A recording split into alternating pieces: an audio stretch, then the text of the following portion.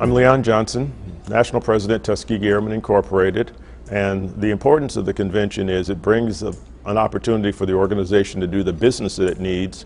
It also gives an opportunity for our airmen, our documented original Tuskegee Airmen, to see friends that they haven't seen for a long time, to make some new acquaintances, and to talk to youth so that the youth can get the story firsthand about what these men and women did, which isn't in the history books, and how important it was to many things that have happened in American society. We have one national convention each year. We're divided up into 3 regions with 55 chapters in 39 states. So the chapters meet monthly. The regions have our regional caucuses where they get opportunities to meet, but we have one national convention each year. We normally rotate it among our 3 regions, the Central Region, Eastern Region, and Western Region. We're in the Eastern Region this year. We'll be in the Western Region next year. Next year, they're going to be in Las Vegas at the JW Marriott Hotel in Las Vegas. Thank you. Ladies and gentlemen, please rise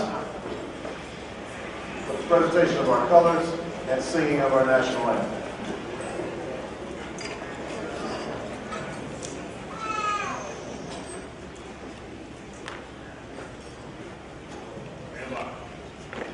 Colors. Neck up. Right shoulder. Pull. Colors. Ready. Up. Forward. Pull.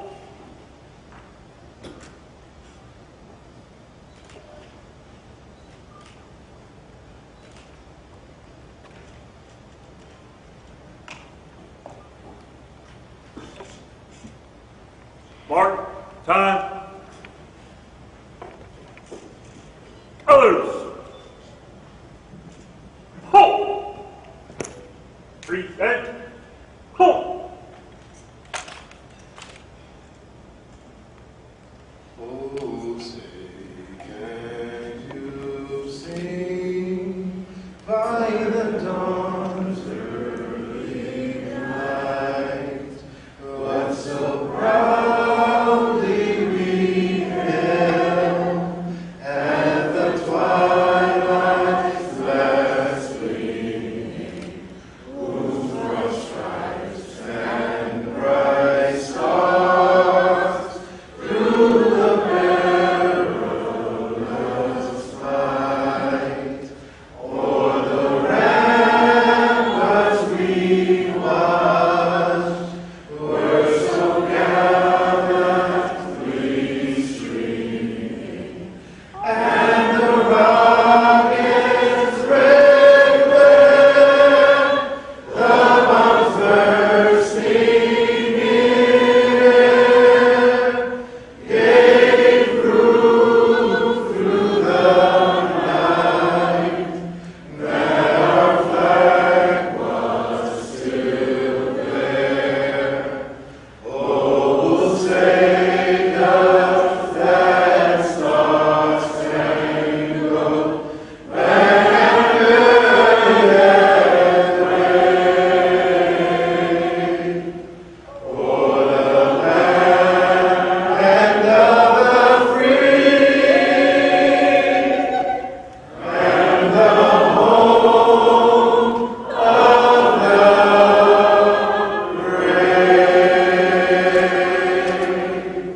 Forward. Hold. Colors. Colors. Turn. Hold.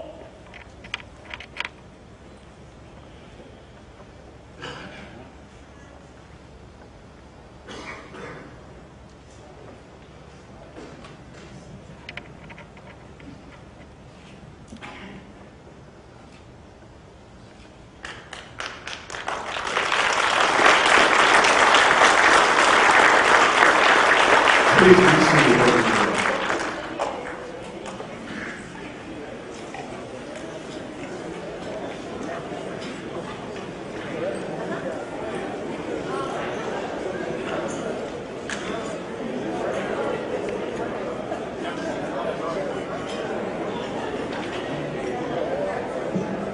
Good evening, ladies and gentlemen. At this time, please provide your attention to our national president, Brigadier General Retired Leon Johnson. Good evening, ladies and gentlemen. You're looking good out there.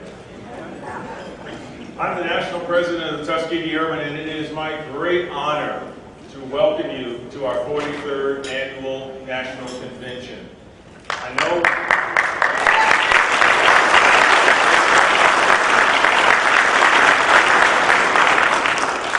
want to recognize a number of groups out there today, and I want to start with any and all veterans. Anybody who's been in the military, no longer, whether you're retired or you just served your 4 years and walked away and said, "Thank you, Lord."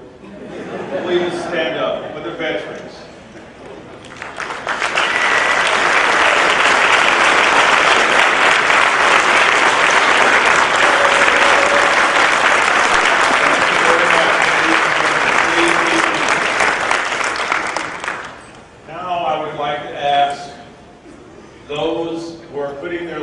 In harm's way today, those who are currently serving, active, guard, reserve, civilian, don't care, please stand up. Thank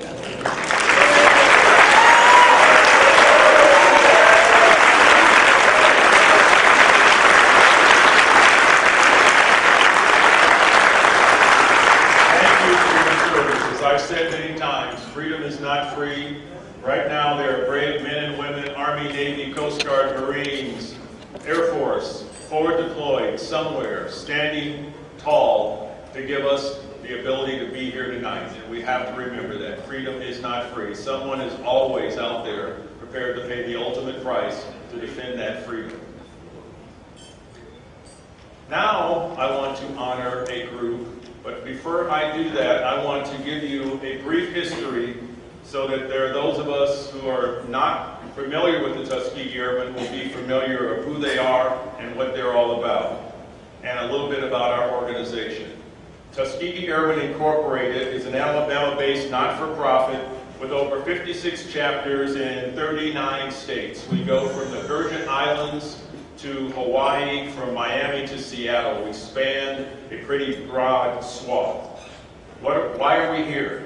We're here to honor the accomplishments and perpetuate the history of African Americans who participated in air crew, ground crew, and operation support training in the Army Air Corps during World War II. In fact, by our definition, anyone who was in a Tuskegee Airmen unit between 1941 and 1949, whether they were white or black, are a documented original Tuskegee Airman. And we have at least, where's Bob? Bob? Come on, Bob, I know you're here somewhere. There you go.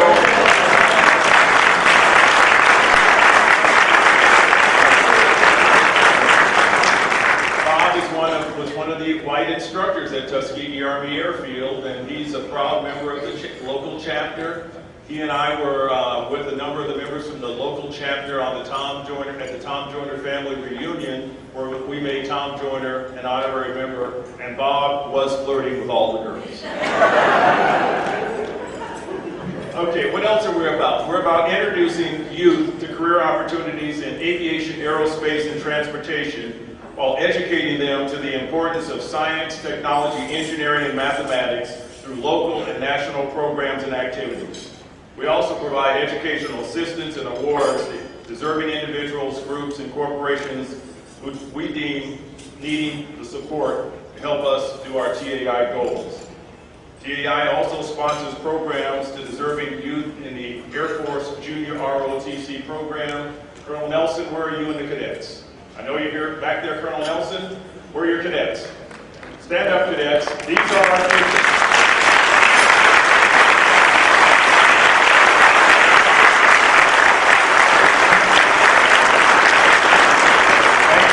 Ladies and gentlemen, thank you, Colonel Nelson, for being out there to support them. In spite of adversity and limited opportunity, African Americans have played a significant role in U.S. military history. They were denied military leadership roles and skilled training because many believed they lacked the qualifications for combat duty. Before 1940, African Americans were barred from flying for the U.S. military. Civil rights organizations and the black press exerted pressure that resulted in the formation of an African American aviation training program based in Tuskegee, Alabama in 1941. They became known as the Tuskegee Airmen. The Tuskegee Airmen were dedicated and determined young men who enlisted and women who participated in support roles in the Army Air Corps to become America's first black military airmen.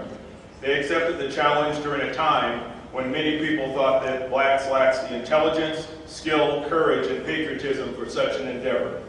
From 1941 through 1946, 995 pilots graduated from training at Tuskegee Army Airfield receiving pilot wings. 355 of those deployed overseas and saw combat in Europe. The black navigators, bombardiers, and gunnery crews were trained in other selected military locations elsewhere in the United States. Mechanics were initially trained at Chanute Field in Rantoul, Illinois, until facilities became available at Tuskegee.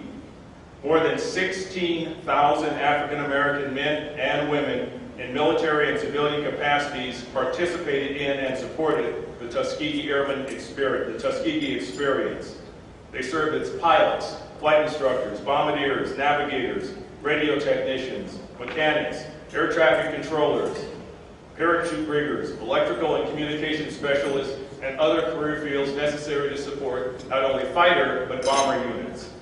During World War II, there were 4 fighter units, the 99th, 100th, 301st, and 302nd, that eventually organized under the 332nd Fighter Group. The 99th was the first to deploy, and they flew in North Africa and Sicily before moving to the Italian mainland, where they were later joined by the other squadrons. There were 4 bomber squadrons, the 616th, 617th, 618th, and 619th that were organized under the 477th Bomb Group that were slated for combat in the Pacific, but the war ended before they could deploy with their B-25 medium bombers.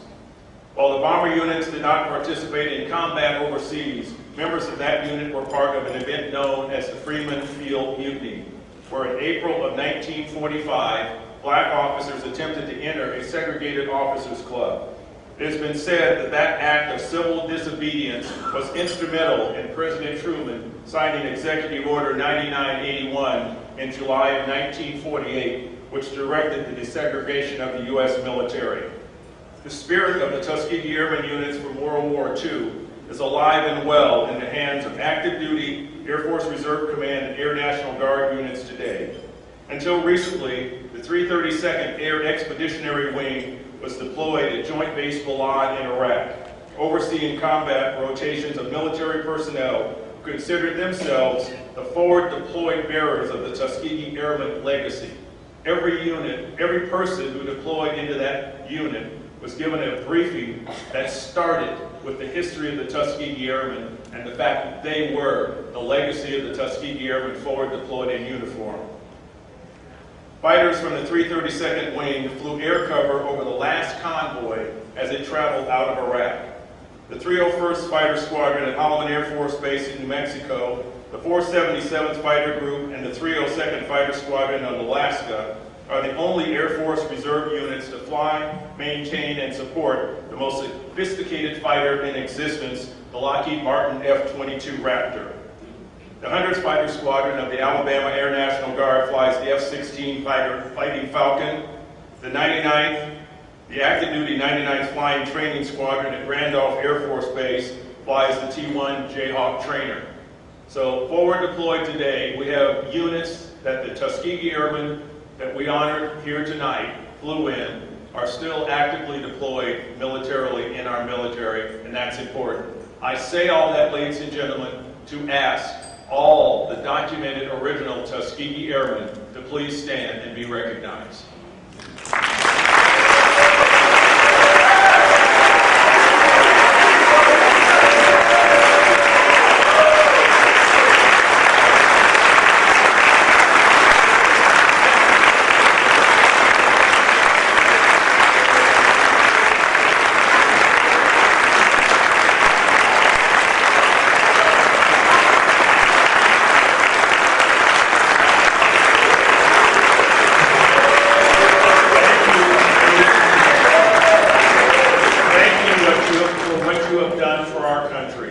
I say it before, and some of you heard me say it.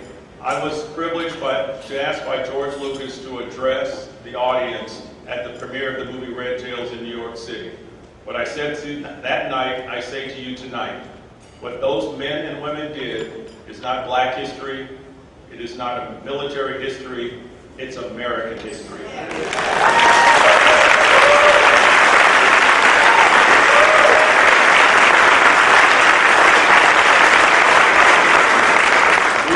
Thank you for joining us tonight and helping us celebrate it, but more importantly, we need your help to help preserve that legacy and teach it to future generations like our junior ROTC cadets and our young folks here. Without you, we cannot do that. And you say, well, how do I do that? Join the organization if you're not a member. And everybody says, well, I'm not an airman, I'm not black, and I'm not in the military.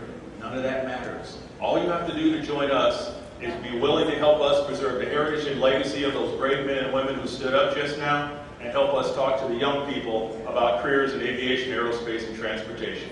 Thank you for being here. Thank you for supporting Tuskegee Airmen Incorporated. Thank you.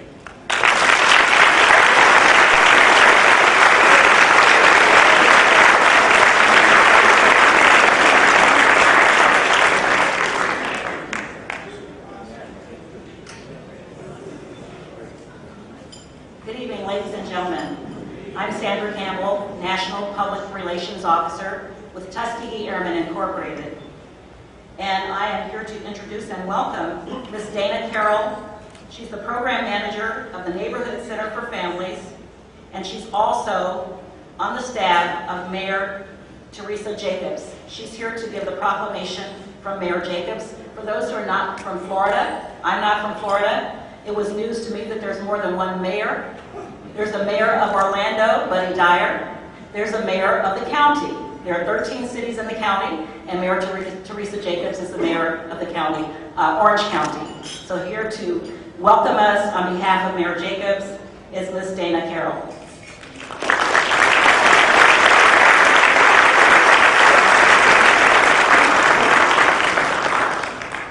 Thank you.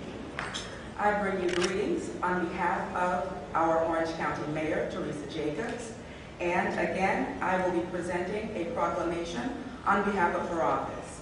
It reads, whereas in 1941, the Army Air Corps was mandated legislatively by Congress to form an all-African-American combat unit, and on March 19, 1941, the 99th Fighter Squadron at the Tuskegee Institute was officially formed, and 250 enlisted men began their training at Tuskegee and Maxwell Fields in Alabama, becoming known as the famed Tuskegee Airmen. And whereas the Tuskegee Airmen were named Red Tails because of the distinctive red paint on the tails of their aircraft, and they were so victorious in combat that it resulted in the Germans nicknaming the airmen Black Birdmen due to their skills and strong force in flight. And whereas the Tuskegee Airmen have a distinctive military record, which includes receiving their first Distinguished Unit Citation in 1943, a second Distinguished Unit Citation in 1944, several Silver Stars, 150 Distinguished Flying Crosses, 14 Bronze Stars, and 744 Air Medals, to name a few. And whereas the mission of Tuskegee Airmen Incorporated is honoring the accomplishments and perpetuating the history of African Americans who participated in the air crew, ground crew, and operations support training in the Army Air Corps during World War II, introducing young people across the nation to the world of aviation and science through local and national programs, such as Young Eagles and TAI youth programs and activities, and providing educational assistance to students and awards to deserving individuals, groups, corporations whose deeds led support to TAI's goals. And whereas the 43rd TAI National Convention will take place July 30th through August 2nd, 2014 at the Rosen Center Hotel and Resort in Orlando. Now, therefore, I, Teresa Jacobs, by virtue of the authority vested in me as Orange County Mayor, do hereby proclaim Wednesday, July 30th, 2014, as Tuskegee Airmen Incorporated Days in Orange County, Florida, and extend a warm welcome and best wishes for a successful convention to the members, attendees, and guests of Tuskegee Airmen Incorporated, done and ordered this 29th day of July 2014. Teresa Jacobs, Orange County Mayor.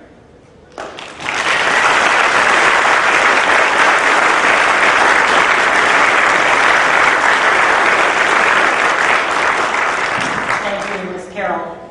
Well, we can't let you go without showing you our hospitality and appreciation for your city and your county welcoming us. And so a few days ago, we passed the hat to do something for the community, to give back. The school children in your county deserve an opportunity to reach their goals, as many of those have in this room.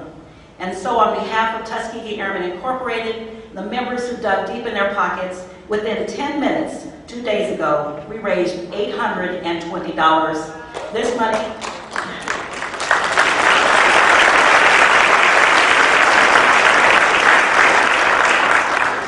money is going to the Orange County Citizen Commission for Children to do some really good things for the young people in this community who are our future.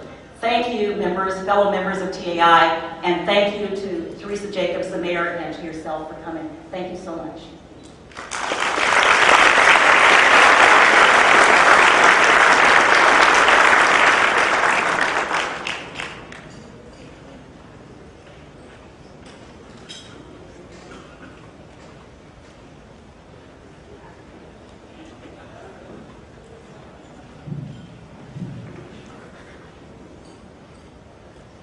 Ladies and gentlemen, please bow your heads for invocation. We are grateful, Lord, for those here who inspire us, for those with courage enough to lead us, for those with wisdom enough to challenge us, but above all, for those among us within our organization, as it is named, that had the backbone and your blessing to be successful and succeed in their selected journey. To be our continuing examples of strength and dignity, and set upon us the mantle of striving forward with their vision. We cherish the memories of the past, and with fondness and gratitude, we gather with our friends and associates you have blessed us with. We are grateful for all who share our heritage and our patriotism.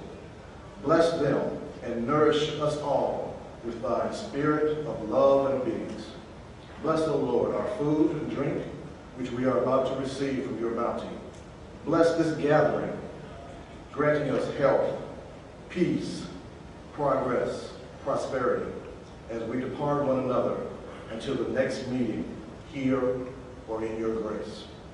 Let all say, amen. Amen.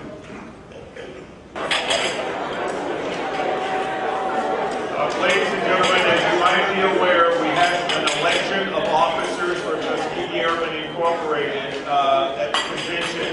And this is a partial. We don't have everyone who was elected, but we have almost all our slate of officers here. And we're going to do the official swearing in of the officers in Tuskegee Airmen. So as the waiters bring out the salad, we'll do that swearing in, and then we'll let you go back to your salad.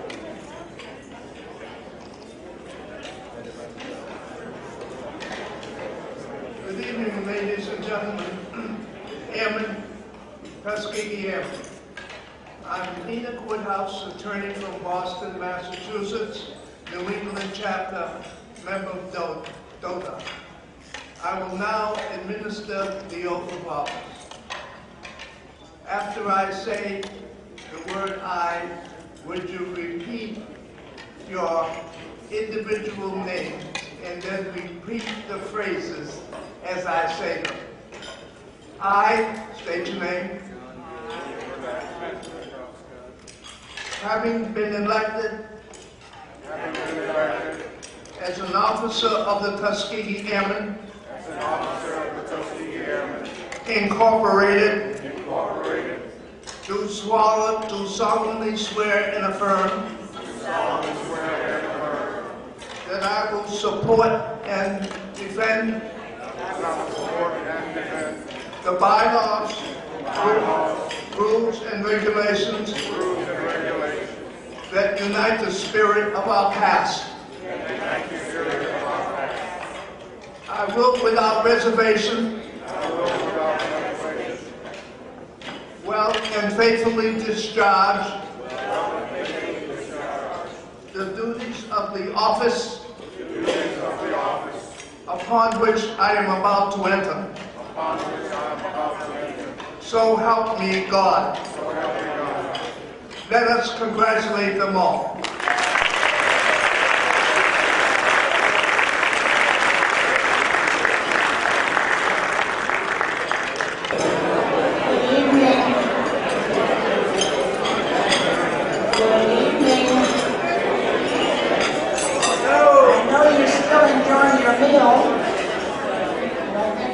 Serving dessert, but we're going to try to get started because we have a little bit to do tonight.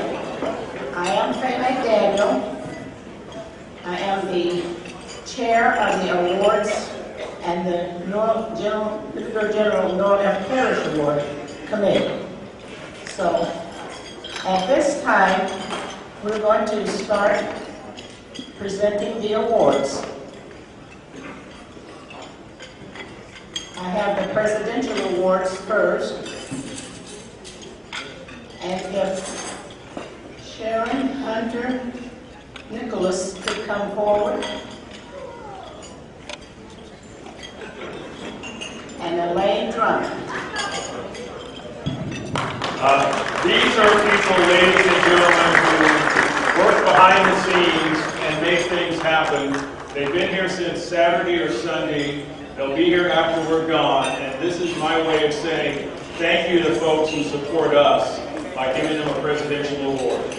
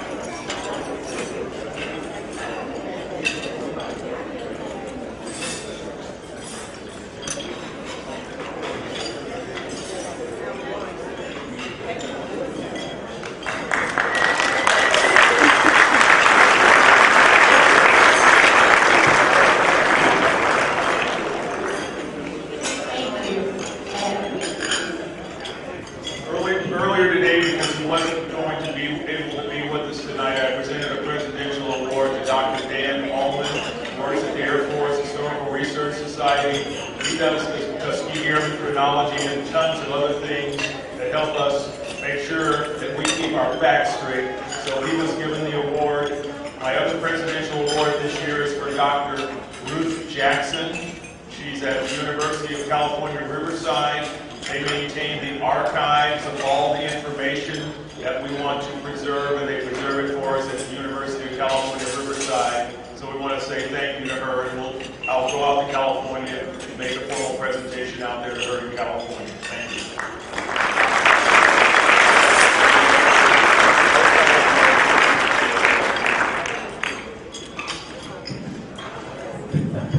Thank you. And at this time, we're going to present the regional awards. And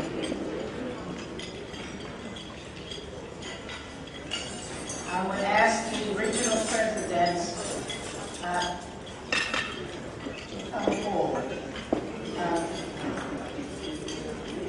Quincy Magdalene.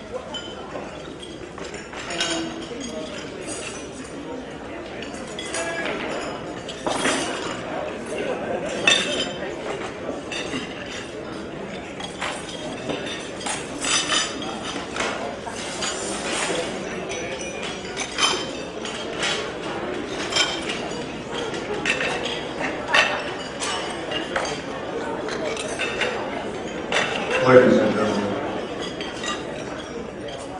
the Eastern Region Achievement Award recipients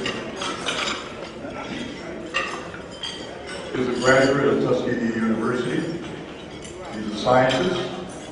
He's a retired colonel in the United States Air Force. He's a mentor. He chairs the scholarship committee, a member of the National Youth Committee, the Speakers Bureau, doing presentations throughout the Eastern region. His passion is motivating youth to achieve excellence. It gives me great pleasure to present to you Dr. Ben Goff. Please give him a round of applause.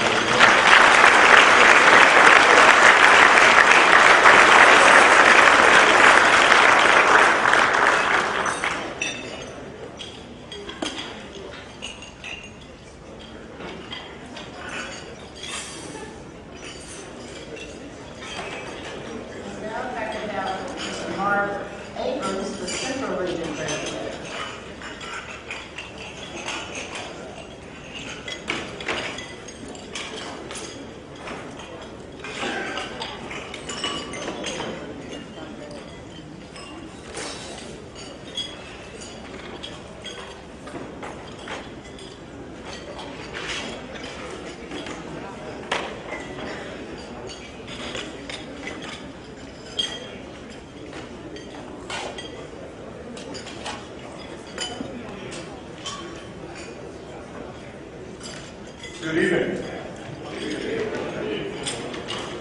Our theme this year reflects a continuing commitment to covering the legacy of the Tuskegee experience while reaching out and connecting with others across different lanes and different lines of unfamiliar and sometimes offsetting views, attitudes, and attributes.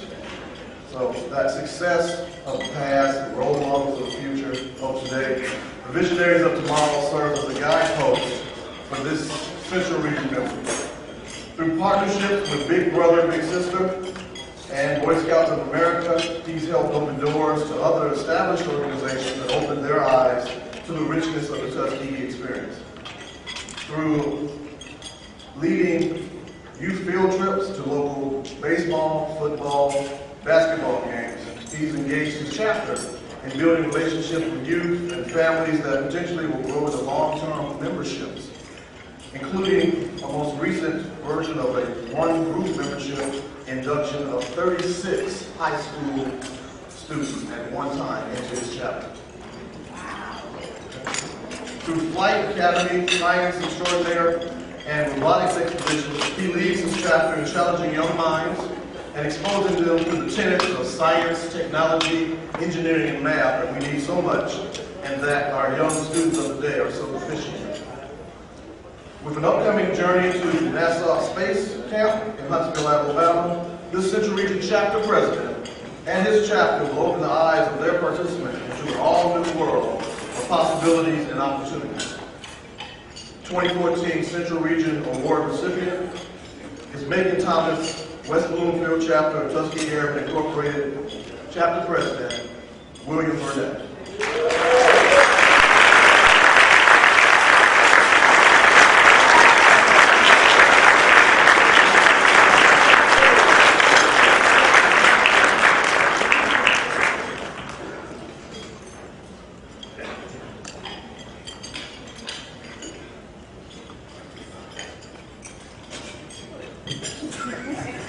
And for the Western Region Regional Awardee, the president is not here, the regional president, so the winner is Nicole King Campbell. Is Nicole here?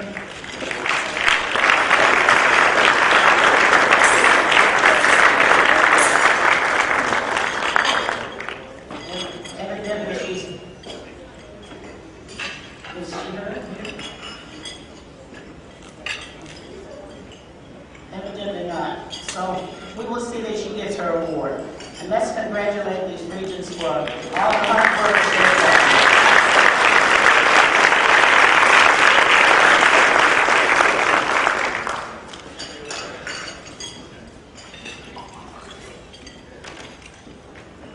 And at this time,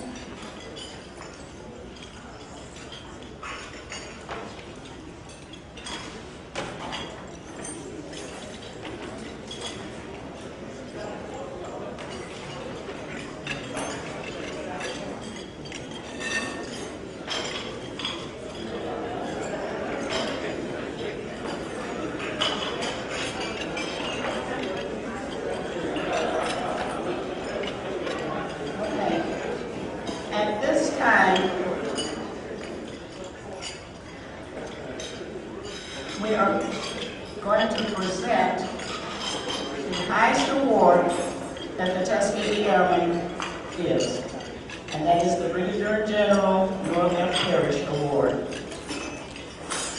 It is an honor and a privilege to stand before you tonight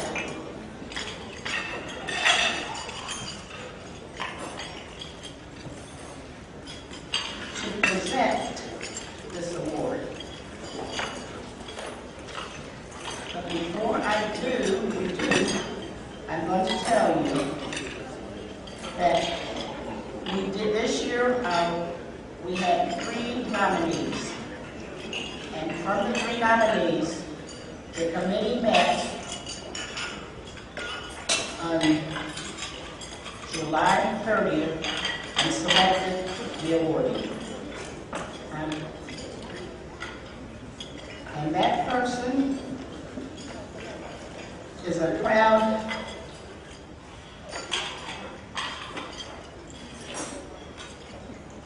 he is shown extraordinary engagements and supports in the community and the local school system. He was instrumental in presenting the Tuskegee story to the inside array of community and educational audiences and brought new meaning to the word Tuskegee Airmen. He has always gone to a great lengths to take airmen to the local and speaking engagements, and the joy of hundreds of youth has been enriched because of him. At this time, I'm going to tell you who this wonderful person is, since I don't think you guessed it, because I tried to go around so you wouldn't be able to. And it was a little hard. But anyway, the awardee is Walter M. Suggs. Would you please come forward?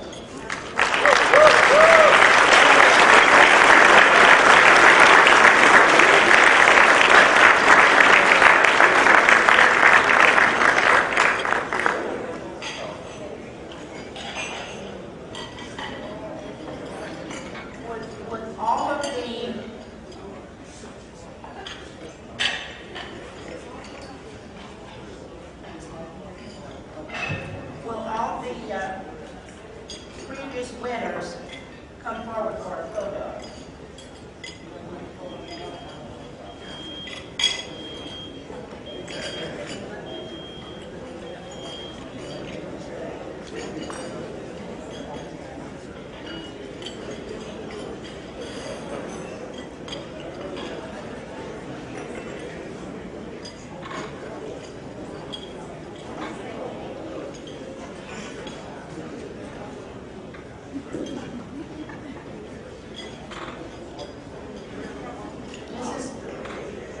Dr. Florence Parrish St. John is going to put the medal, was going to put the medal on the person, but she's going to speak to you about her role in this award.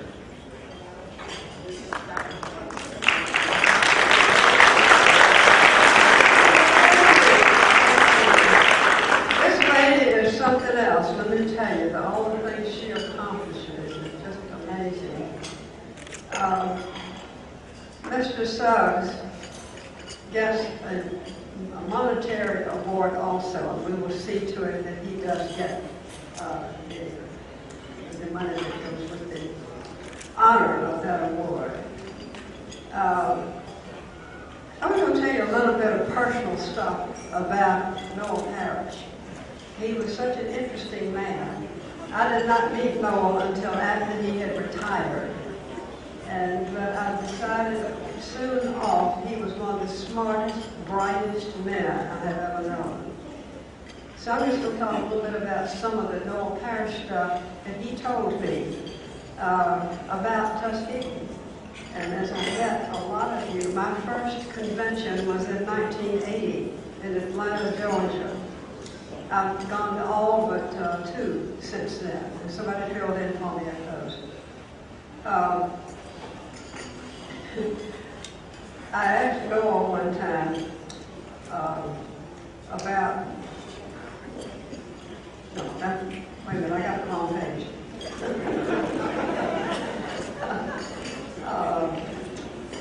The early years of Tuskegee, I think a lot of you are aware of the difficulties that had been experienced by blacks and whites, particularly in the South, but around the country. And that's, Noel's getting into this was an assignment that he had. When he went into the military because he couldn't find a job. And he was in his late 20s, little 20s. And he didn't want to be a burden on his father. So he really tried to find him a job. And he had gone to college, Rice University, at age 14. And graduated 4 years later with a bachelor's degree at age 18. And this was in the early 30s when jobs were as difficult as they are now. So,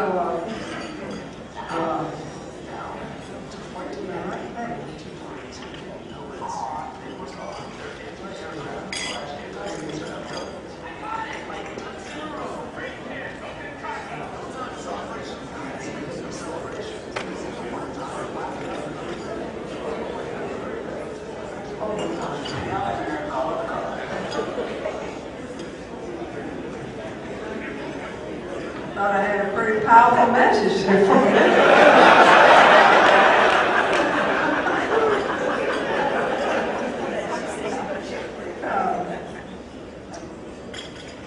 Norton got into Tuskegee through his getting into the Army. The way he told it to me, he was so discouraged by not being able to find a job at his age, and his was not sick or anything.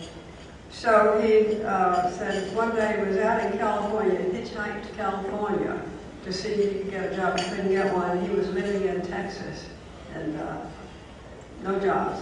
And he said, "You remember that sign, that thing that they have of Uncle Sam?" And it said, "Uncle Sam wants you." And he said, "Well, I saw that and I went in and signed up. I was so glad somebody wanted me." Typical parish. And that was the beginning of quite a career that he had. He was assigned to this, that, and the other. He finally got to where he was in Texas with airplanes. Well, not at first, I take that back. He decided, since he had been in college as such a youngster, really, he was still just a kid, and his physical health, he spent all this time studying. So he decided to get with the horses. He said, at least I could get somewhere I could get to build my body back up. So he started with the horses in the Army. And the sergeant in his office, I tell you, those guys are great, told him, since he was had graduated, that he would he ought to go in and apply for the new Army Air Corps operations. And so Noel did. He thought, well, I have nothing to lose. And that's when he first got into the Army Air Corps instead of the Army. And he was sent to Illinois. And it was to a place that had a street called Harlem Street. Maybe you know what I'm talking about. But anyway, it was up in Illinois. And he used to watch, it was the Air Force, and he was to assist another fellow who was taking care of this operation. And one thing led to another, and he eventually, well, he did apply for the new Army Air Corps flight training.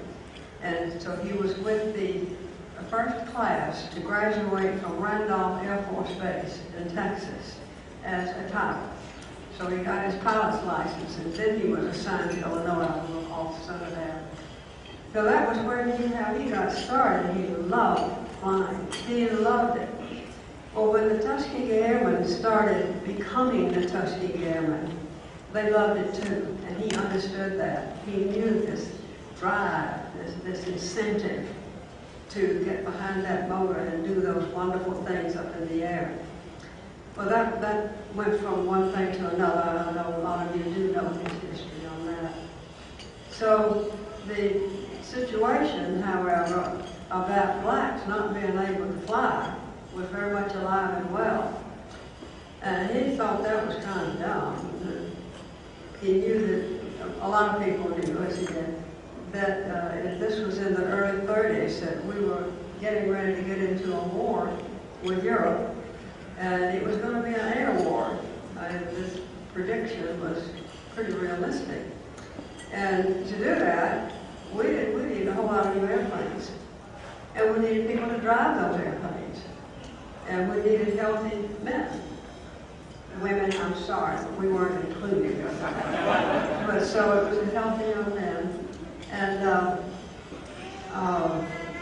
along with this same period, Mrs. Roosevelt played an enormous role in what you all have seen happen, what you experienced. That lady was something else. And as Noah told me, he said, she had her husband's ear, let me tell you. So she was the one that looked at, and I've talked to a number of you all who she had called and asked favors of, like to come down to Tuskegee and then report back to her what was going on, or to do similar things like that. So after Tuskegee got started, Ms. Roosevelt came down, as most of you know, and so she decided she would try it out. Let's see, if this is pretty good stuff, let me have some too. So she gets on a plane with Chief Anderson. And if you don't know Chief Anderson, please ask some of the Tuskegee guys and get them to tell you more. A remarkable man who was at Tuskegee and taught flying, not only the Tuskegee students, but to maybe some of you. And I have met him and talked to him at length. He's just a remarkable man, but he was, I think.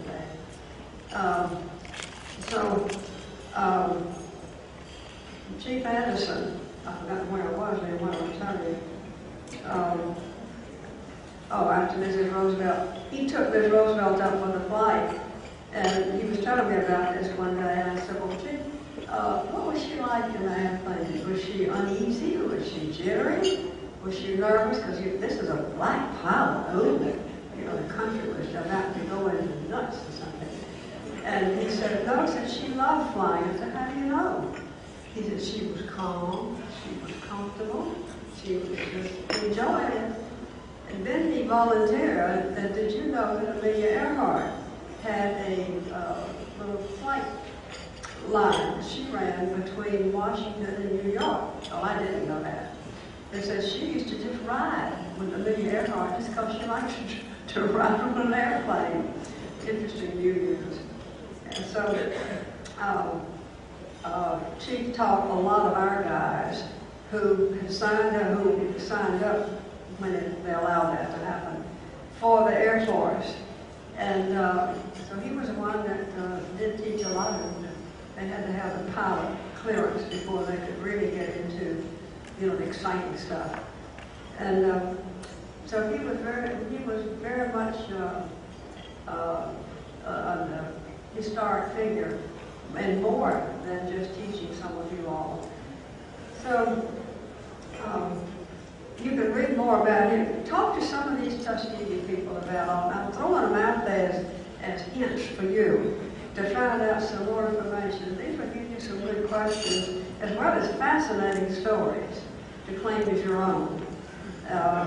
Tuskegee Airmen are full of them. I bet everybody here has at least 20 stories that are worthy of a movie to talk about. That's just the way this thing happened. It was so extraordinary. So, as time went on, Adrian Noah was eventually at Tuskegee, and beginning to get in charge of the procedures that were going to take place. Meanwhile, he had become a pilot too. As I said, he went to Randolph Air Force Base with the first class that graduated Randolph, and that was in 31, I think 32. So after that, he went up to Illinois, and he began his career in the Air Force up there. So after they got to Tuskegee, then Adrian Noah was taking various roles and assignments, and he was not the commander of the base to start with. He was about the next one to it. The commander didn't particularly like you all, from what everybody tells me, and that doesn't go too well over a long period of time. And eventually things happened so that he got out there, and Adrian Noah was promoted, and Noah eventually became the commander of Tuskegee Airmen. He dealt with a lot of situations there, as I said, that make wonderful stories, and as all of you have.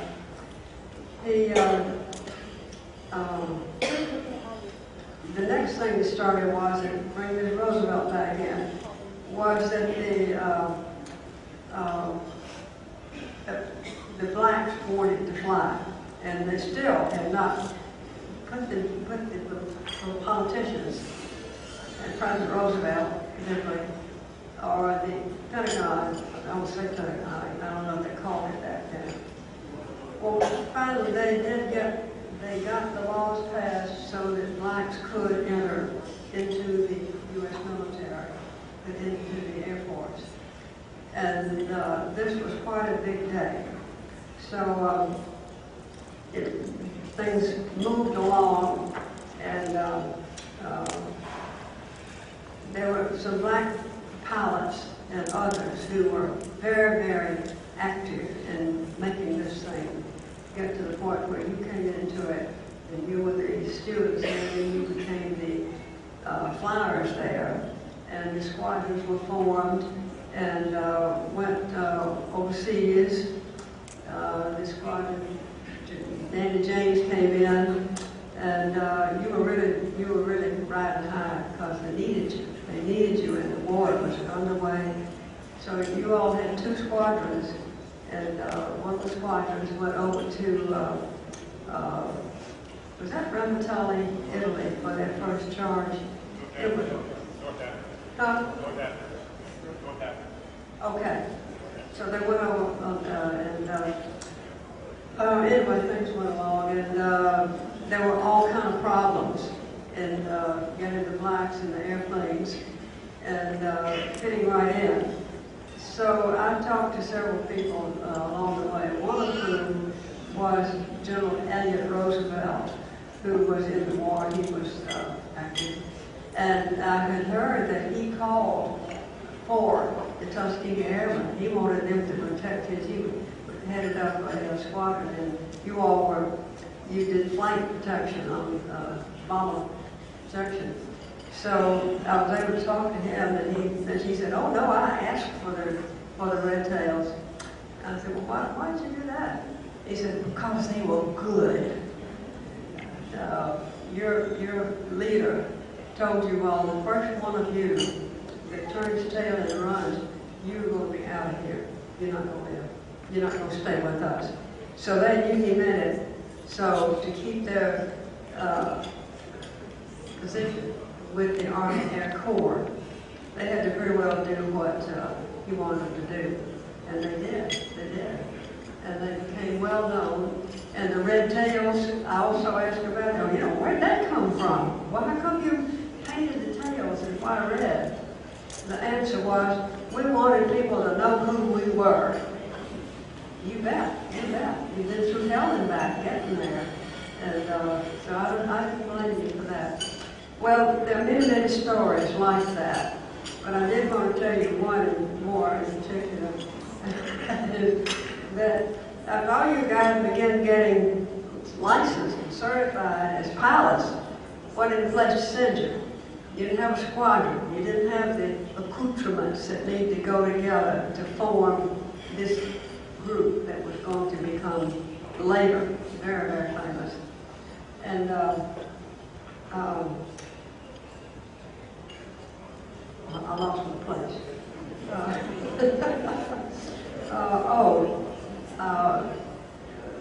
The generals in what was then like the Pentagon were making up this rules and regulations and future plans also. And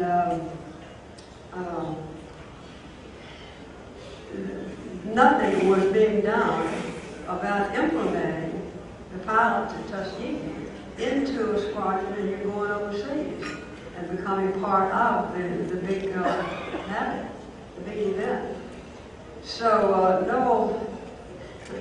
Noel had his own airplane, and he jumped into the airplane, and as he was wont to do, he flew up to Washington, D.C., and he got out and walked in without any question to an office, and it was I think the name was Southern, who was President Roosevelt's head of air activities, aircraft, of air fighting. And Noel never did tell me who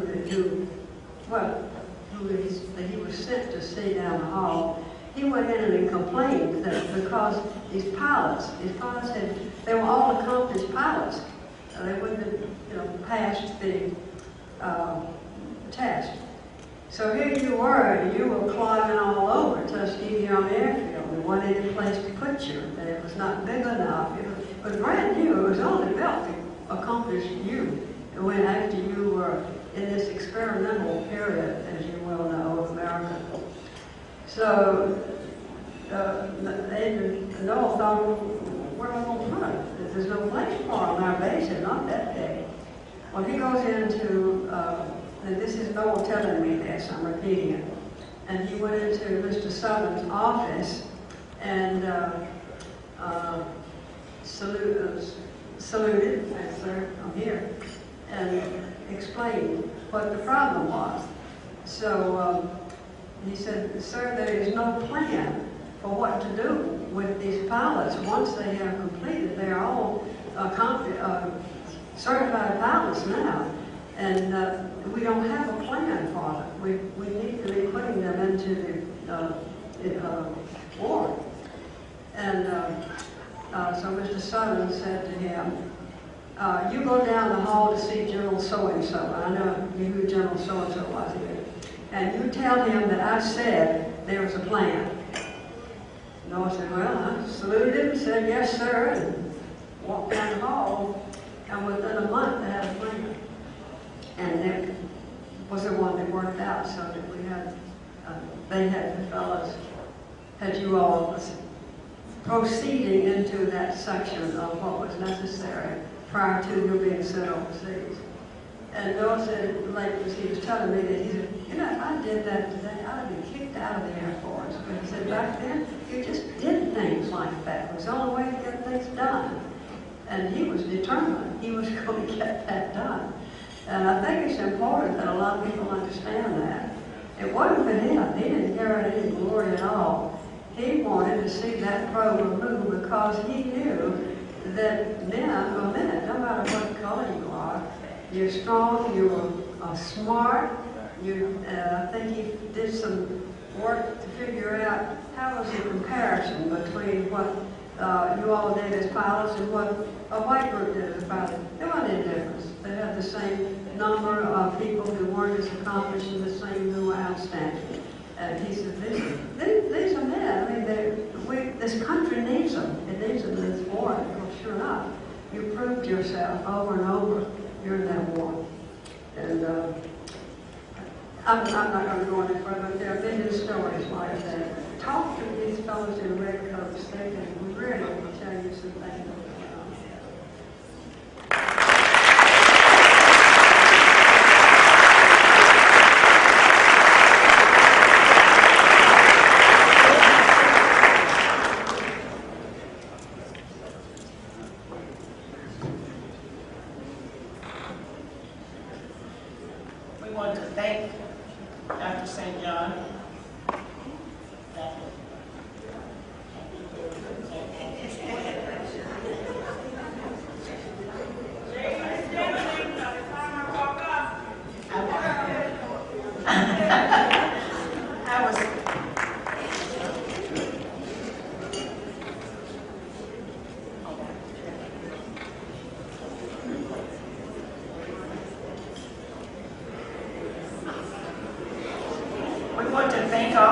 coming tonight, but I would like personally to thank my committee for working with me all year and helping to put this program on and to do what we did.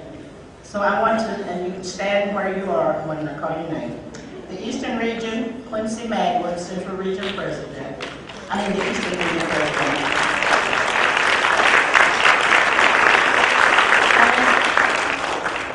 You can applaud this and finish. Anyway, Quinn Patterson, Dr. Ivan Ware, Diane Gray, and Richard Kidd. That's from the Eastern Region. The Central Region is Marv Abrams, the Central Region President, then William Burnett, and Randolph Scott. From the Western Region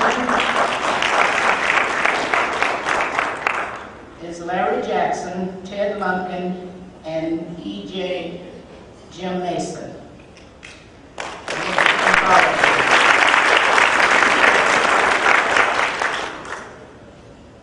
And the medal is gone, but Dr. Harris usually gives this, she gives a check. She said a donation. He's got the check, and it is in the amount of $500. And she's been doing this over a period of time. So we want to give her a hand for all she does.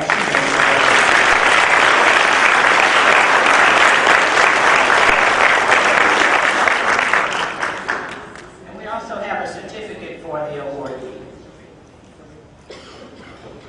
And I'm going to turn the program back over to our president, the young man.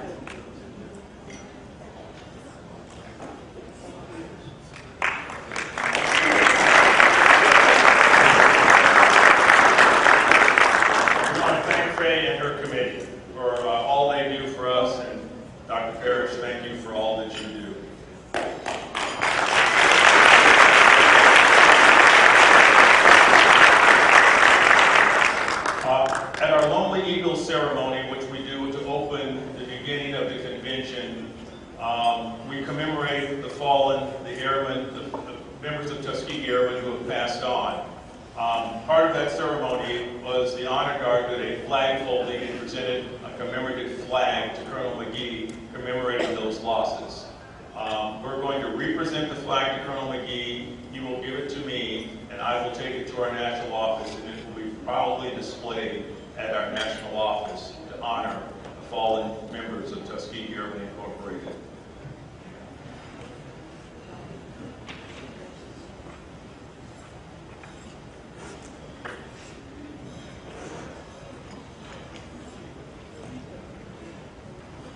To my comrades, ladies and gentlemen, as General Johnson said, I received this flag. I made the decision that I am donating the flag to the National on behalf of those comrades that we left in Europe, for those we lost in training, and for all of our lonely eagles. This flag should fly over our national cause.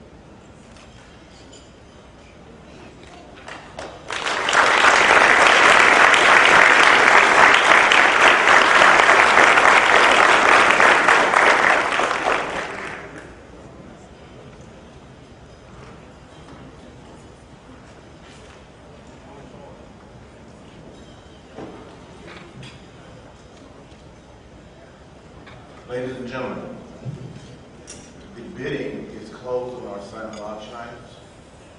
Good luck to all of you. And those of you that took donation tickets in regards to our G.I. Joe Tuskegee Airmen sets, please pull out those tickets at this time. Every other table, start a drum roll, please.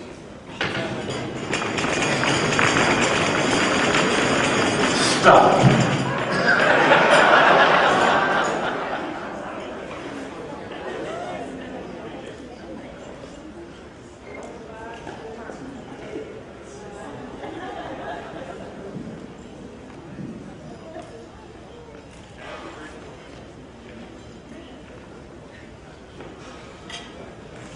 This was, if I believe, must be present to win, correct?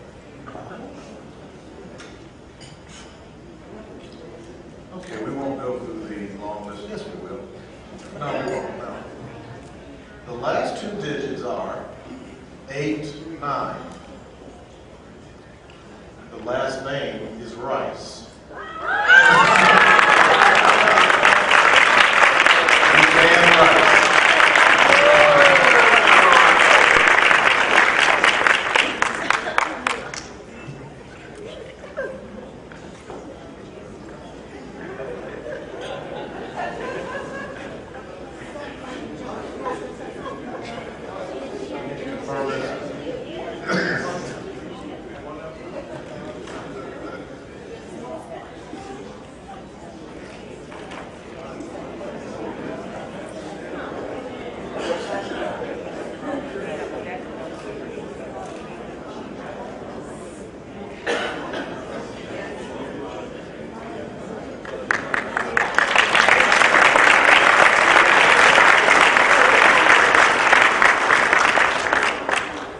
Our next winner's tickets, last two digits are, you want to call it how many digits? 1. 1. Mr. Chris Smith.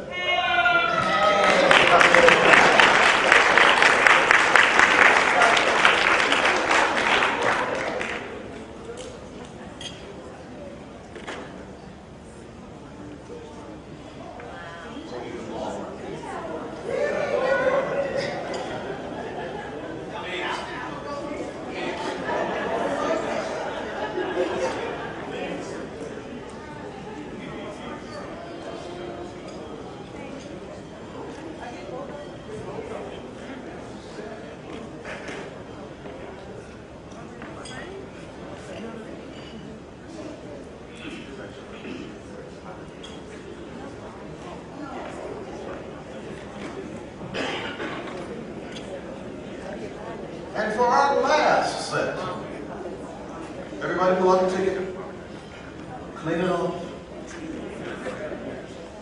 First two digits are 7, 2. I said the first two digits. 2 digits. 726. Hey, why you lying? No. 7265. 72658. Who's left? Raise your hand if you're still in the running so far. That's bad, there's one person. 72658.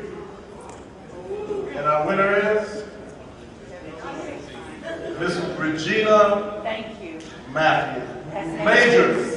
That's Majors, and my ticket is upstairs, and I will go get it. I changed person. I'll be right back. Thank you. Come on down.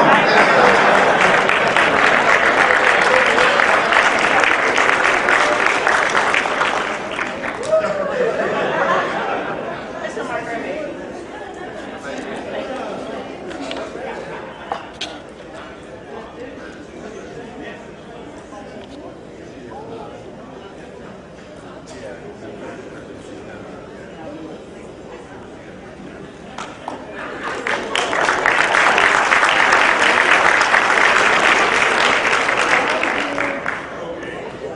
One of the things we did before we had a breakfast with the Airmen, and the quilts for Heroes project gave out a quilt that was knitted by a group of folks around the country who do this and present them to veterans. All but one of our airmen here got theirs, and which airman here did not get one? I think we got one, everybody but one. I found it in the floor. He didn't get it, so I just told him I'll get it. Okay, we'll bring it back and we'll present it to him. But we have his quilt up here for him. Okay. Okay, they said he got it, so there's one airman who will find him and we'll make sure he gets his quilt.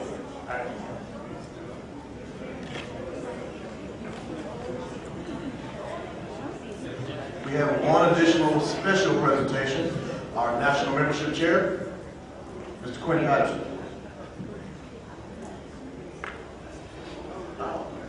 Excuse me, he's not here.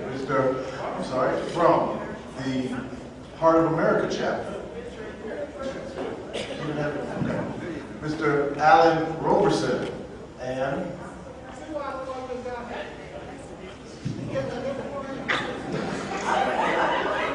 are you coming up? No, not really.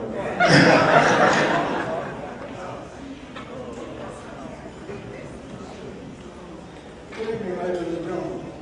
My name is Alan Robinson from the Heart of America chapter. This is, you see, I have to get close to the mic. This close enough?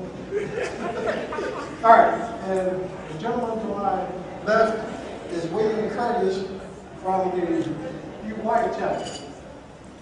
From the silent auctions, the kitten went to Ted Lumpkin for $500.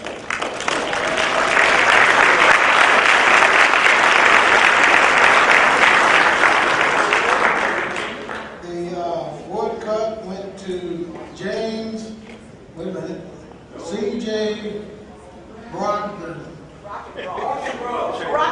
Thank you. For $250.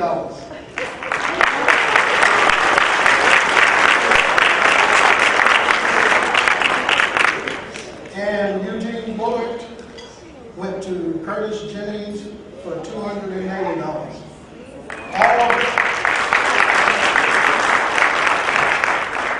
All of the funds raised from this will go to the National Youth Fund, along with,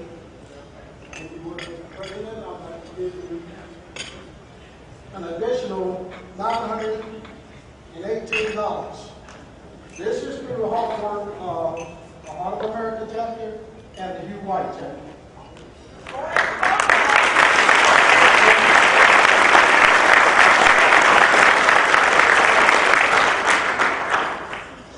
Now, before I leave, I have to say something nice about Yolanda Woods. For a total of, the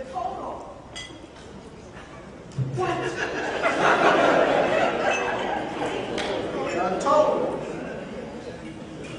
The total was $1,958.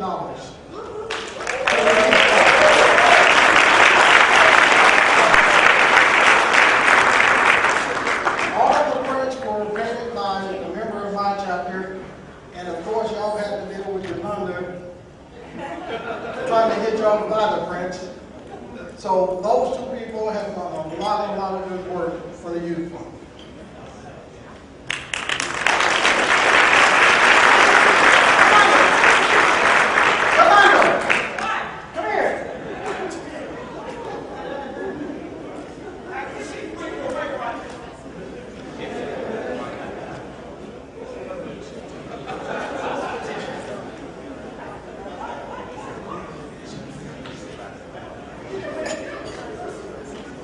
All right.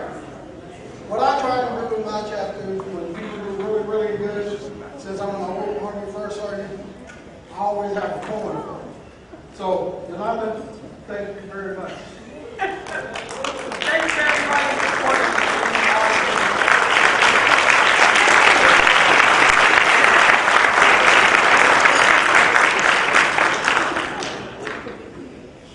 all right, ladies and gentlemen, we're almost at the end of our evening.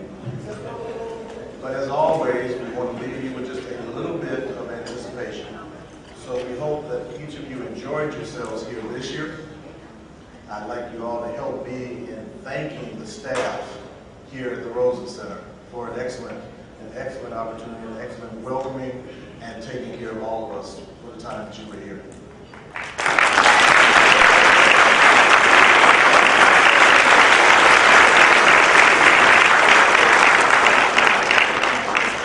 And I'll say at this point that we look forward to seeing all of you with us again next year in Las Vegas.